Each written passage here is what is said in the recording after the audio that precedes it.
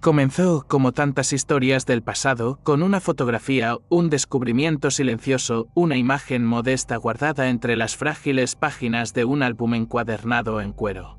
Largamente olvidado en el polvoriento estante trasero de un almacén de archivos en el Museo Victoria y Alberto de Londres.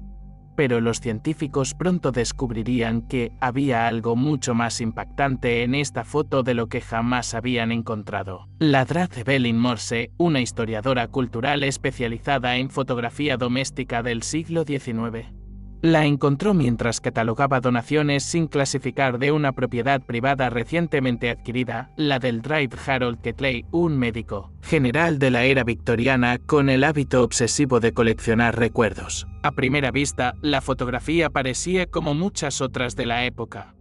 Formal, de niños serios con sus mejores ropas, de pie hombro con hombro.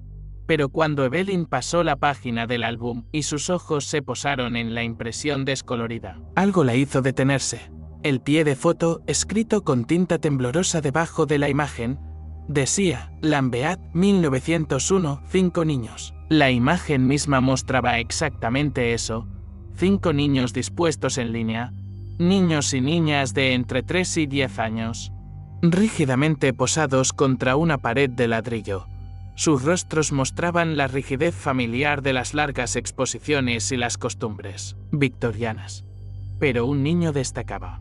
La figura más pequeña, una niña de no más de 3 años, estaba de pie en el extremo izquierdo. Su expresión era extraña.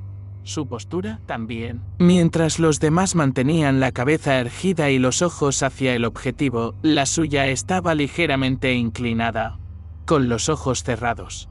Evelyn se inclinó más. La composición era incorrecta. Los brazos de la niña colgaban demasiado rectos. Su cuerpo, antinaturalmente rígido, casi apoyado, y lo más notable, la luz. Los niños estaban iluminados por lo que parecía ser luz artificial de lámpara. Detrás de ellos, el telón de fondo parecía oscuro y como de tinta. Evelyn no era ajena a los retratos post-mortem. En la era victoriana, la fotografía post-mortem no solo era común, era una forma de duelo muy valorada. Los padres a menudo encargaban a fotógrafos que capturaran una última imagen de un niño fallecido, posado para parecer dormido o incluso vivo, a menudo rodeado de hermanos afligidos. Había visto docenas, pero esta la inquietó. No porque la niña pudiera estar muerta, lo cual era tristemente común para la época, sino por lo deliberada que se sentía la imagen. Cuidadosamente escenificada, tomada en privado, envió la fotografía para un escaneo de alta resolución al laboratorio de conservación del museo, con la única intención de documentarla y preservarla. Lo que regresó lo cambió todo y le dio a Evelyn el susto de su vida. La imagen mejorada reveló detalles finos perdidos para el ojo desnudo. El vestido de la niña estaba impecable, pero ligeramente grande, como si fuera prestado. Sus zapatos no coincidían, y debajo de su muñeca izquierda, apenas visible, estaba la sombra de un delgado soporte metálico de pose, del tipo típicamente usado para mantener erguida la cabeza de un sujeto fallecido durante una larga exposición. Estaba quedando claro que este era un retrato post-mortem. La niña más pequeña, probablemente Clara Lenfet, basándose en la inscripción, había estado muerta en el momento en que se tomó la fotografía. Aún así, eso en sí mismo no era inusual. Lo inusual era el momento y el escenario. ¿Por qué?, se preguntó Evelyn, ¿por qué una familia organizaría que una fotografía tan sensible se tomara sin la cubierta protectora de cortinajes de luto o flores funerarias? La mayoría de los retratos post-mortem, incluso los hechos en privado, eran relativamente discretos. Dada la popularidad de las fotos momento mori, parecía extraño que hubiera algún tipo de vergüenza asociada a la muerte de Clara Lenfet, como si la familia estuviera tratando de ocultar lo que había sucedido. Para profundizar, Evelyn comenzó con los nombres. Lenfet, Lambeat, 1901. Una búsqueda rápida en el censo del Reino Unido de 1901 reveló una familia coincidente: Edwin y Lillian Lenfet, con 5 hijos listados: James, Mary, George, Peter y Clara. Su dirección, 18 Whitlow Lane, Lambeth. Entonces encontró algo que la hizo sentarse derecha. Clara Langford estaba registrada en un libro de entierros del 6 de marzo de 1901, su causa de muerte registrada como escarlatina. La fotografía, según el sello de estudio descolorido en la parte posterior, había sido tomada el 5 de marzo, justo un día antes. A Evelyn se le cortó la respiración. La fotografía no había sido tomada en memoria de Clara. Había sido tomada mientras ella estaba recién muerta o agonizando. La idea era aún más inquietante que cualquier otro retrato post-mortem que hubiera encontrado. Se puso en contacto con un historiador forense de la Universidad de Londres, el Dr. Hugh Colde, para ayudar a verificar la línea de tiempo y examinar la imagen escaneada con más detalle. Colde había trabajado antes en el análisis de fotografías de la era victoriana y su perspicacia fue inmediata. Esta es una composición muy deliberada, dijo, señalando la posición de los otros niños. Notarás que cada uno está ligeramente angulado lejos de ella. Sus pies giran hacia afuera, sus hombros se inclinan hacia la derecha. Ninguno de ellos la está tocando. Volvió a señalar. Esta vez sus manos. Mira cómo están escondidas, entrelazadas a la espalda o apoyadas rígidamente a los lados. Eso no es solo postura victoriana, es incomodidad en la imagen. Ahora se podía ver claramente que Clara no estaba sostenida ni abrazada, estaba de pie sola, ligeramente apartada. Los otros niños estaban vivos. Ella no. En muchos otros retratos post-mortem que Evelyn había visto, el sujeto fallecido a menudo era sostenido, abrazado incluso, o se sentaba muy cerca de los sujetos vivos. Era casi como si los otros niños Langford sintieran repulsión por la hermana. Evelyn podía entenderlo hasta cierto punto. Probablemente fue un momento muy confuso para los jóvenes Langford, pero en la era victoriana, los niños a menudo obedecían a sus padres sin preguntar. ¿Por qué Edwin y Lillian no habían forzado a los niños a acercarse más? Evelyn no pudo evitar sentirse preocupada. Era casi como si la foto hubiera sido tomada con prisa. Carecía del dolor y la emoción que había presenciado en otras fotografías similares, pero la ubicación también seguía preocupando a Evelyn. Revisó los archivos locales en busca de cualquier mención de fotógrafos trabajando en Lambeth en 1901 y encontró un listado en un directorio comercial. H. Sons Servicios de Fotografía Morguoria, operando brevemente entre 1897 y 1901, luego disuelto. Había oído hablar de Chiltern antes. El nombre aparecía en un único libro de actas judiciales de 1902 relacionado con una violación de licencia. No se presentaron cargos formales, pero la naturaleza de la queja era extraña. Un informante anónimo había afirmado que Chiltern arreglaba material fotográfico falsificado para clientes privados en asuntos de sucesión y herencia. La acusación no llegó a ninguna parte, no se registraron detalles, pero ahora Evelyn se preguntó: ¿era esto más que una fotografía de luto? De vuelta en el museo, solicitó acceso a los archivos de donación originales de la herencia Ketley. El Drive Harold Ketley, el anterior propietario del álbum, había sido un médico de cabecera. Sus viejos libros de contabilidad médicos estaban incluidos en la donación, en su mayoría llenos de recetas y registros de visitas a domicilio. Pero una entrada fechada el 4 de marzo de 1901 destacaba: visita al hogar Langford. Clara Langford, 3 años, fiebre alta, sarpullido, probablemente escarlatina, progresión fatal esperada. Familia informada. Sin certificación hasta nuevas instrucciones. Y debajo, débilmente garabateado, arreglo hecho con Chiltern, imagen privada a producir antes del registro formal. Evelyn se quedó inmóvil. Esto no era solo un retrato post-mortem. Era un retraso deliberado. Una familia trabajando con un médico y un fotógrafo para pausar el registro oficial de la muerte de una niña el tiempo suficiente para tomar una fotografía que sugiriera que aún estaba viva. Pero ¿con qué propósito? aún no tenía la respuesta. Pero ahora sabía que esta imagen no era lo que pretendía ser. La teoría que comenzó a tomar forma no estaba impulsada por la curiosidad morbosa, sino por un motivo. ¿Por qué una familia en duelo retrasaría el registro oficial de la muerte de su hija?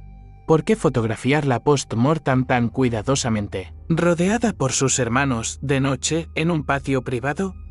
Evelyn y el equipo del Drive Colde cotejaron los registros de sucesión de 1901 y descubrieron algo inesperado. Justo semanas después de la fecha registrada de la muerte de Clara Lenfeld, una modesta herencia había sido procesada a través del patrimonio de un tal Signe, Elias Lenfeld, el padre de Edwin Lenfeld.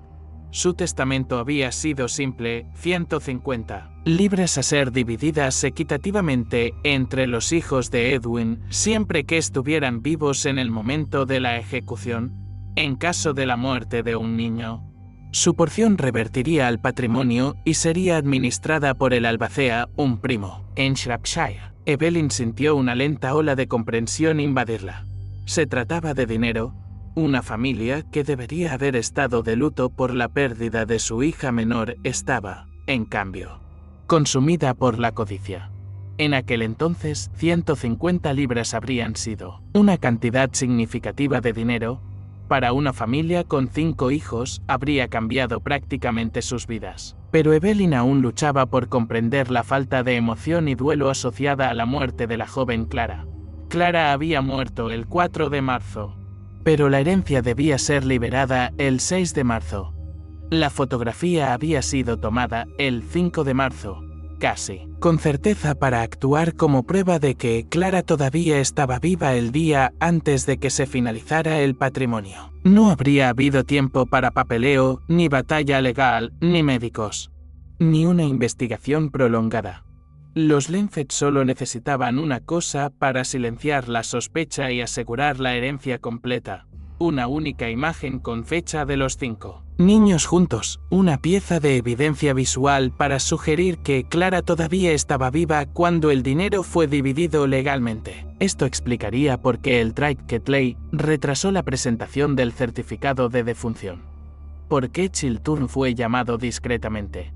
Porque la sesión se realizó después del anochecer y no en un estudio profesional, sino en el propio patio trasero de la familia. Fue un acto coordinado. El hecho de que una familia pudiera ser tan calculadora, mientras sus hijos estaban probablemente confundidos y devastados, le produjo escalofríos a Evelyn. El Drive Colde señaló el lenguaje en los documentos de herencia. La cláusula no requería certificación médica, solo una indicación satisfactoria de la supervivencia de cada beneficiario en o alrededor de la fecha de liberación. En ausencia de registros oficiales de defunción que no aparecerían durante varios días, una fotografía posada podría servir como evidencia plausible, especialmente si nadie hacía preguntas. Y en aquel entonces, nadie iba a mirar una foto de 5 niños tan de cerca como Evelyn la estaba mirando ahora. La gente puede que no hiciera preguntas en aquel entonces, pero ella sí tenía preguntas ahora. Evelyn regresó una vez más a la fotografía, con el nuevo contexto en mente. Reexaminó la postura de cada niño. Notó algo que no había notado antes: las expresiones. Los hermanos de Clara no estaban de luto. Estaban tensos. James, el mayor, estaba de pie con la boca apretada en una línea tensa, mirando no a la cámara, sino justo a un lado. Mary, ligeramente apartada, tenía las manos tan fuertemente entrelazadas que dejaban tenues pliegues en sus guantes. Los niños más pequeños, George y Peter, la evitaban por completo. Sus cuerpos angulados lejos, sus pies plantados en direcciones opuestas. Este no era un momento de duelo. Era algo que los niños habían sido instruidos a hacer. Probablemente en contra de su entendimiento o voluntad. Posad quietos. No habléis. Mantened la distancia. No habían desafiado a Edwin y Lillian en absoluto. Habían hecho exactamente lo que les habían dicho. No hagáis preguntas y no habléis de Clara con nadie. Cuando el equipo del Drive Colde mejoró, Digitalmente la imagen por última vez, un detalle final se hizo visible, casi demasiado tenue para notarlo al principio, en la base de la manga izquierda de Clara, cerca de la muñeca. Había una pequeña etiqueta pálida cosida en la tela. Al hacer zoom, reveló una serie de iniciales, bordadas a mano, CK, no Clara, Lenfeld. El nombre completo de Clara era Clara May Lenfeld. A Evelyn se le cortó la voz. Ketley, dijo. Solo había otra persona en todo este misterio cuyo apellido comenzaba con la letra K, Clara Ketley. Evelyn probó el nombre, pero no quería creerlo. Ella y Colter regresaron rápidamente a los archivos del patrimonio Ketley. Unas páginas antes, en el viejo libro de contabilidad del médico. Lo encontraron. Una entrada de febrero de 1901. Clara Kay, 4 años. Congestión. Peso en declive, tratamiento aconsejado, pronóstico limitado. Madre Margaret, soltera, doméstica. No hay más notas, no se registró la muerte. Clara Kay había muerto posiblemente a finales de febrero. Y el Drive Ketley nunca había presentado su certificado de defunción. No había habido registro de funeral, ni bautismo ni entierro en los registros parroquiales, era como si hubiera desaparecido. Y ahora parecía que había reaparecido, vestida con ropa prestada, posada entre una familia diferente. Por un momento, Evelyn no dijo nada. La implicación era escalofriante, no porque fuera siniestra, sino porque era muy práctica. El Drive Ketley, casado pero no con alguien llamado Margaret y aparentemente sin hijos, había enterrado discretamente a su hija ilegítima, probablemente sin que su esposa supiera siquiera del asunto. También se había convertido, por casualidad o diseño, en el médico de familia de confianza de los Lenfeld. Cuando su hija menor, Clara Lenfeld, murió días antes de la liberación de una herencia. La oportunidad estaba allí. Nadie fuera de la familia conocía bien a ninguna de las dos niñas. Los nombres eran incluso los mismos. La niña de la fotografía podría no ser Clara Lenfeld en absoluto. Podría ser Clara Ketley, posada para suplantar a la hija de los Lenfeld del tiempo, suficiente para capturar una imagen. La hija real de la familia ya estaba muerta. Clara Kay, ya fallecida, había tenido su cuerpo reutilizado para una sola foto que serviría a un único propósito legal. Esto explicaría el vestido prestado, las iniciales incorrectas y la razón por la que nadie en la imagen está tocando físicamente a la niña. El Drive Ketley había aprovechado su única oportunidad de tener una fotografía de su hija. Consumido por sus propias emociones, había manipulado a los Lenfeld en su dolor para que colaboraran con su plan y él guardaría silencio sobre la herencia si ellos guardaban silencio sobre Clara.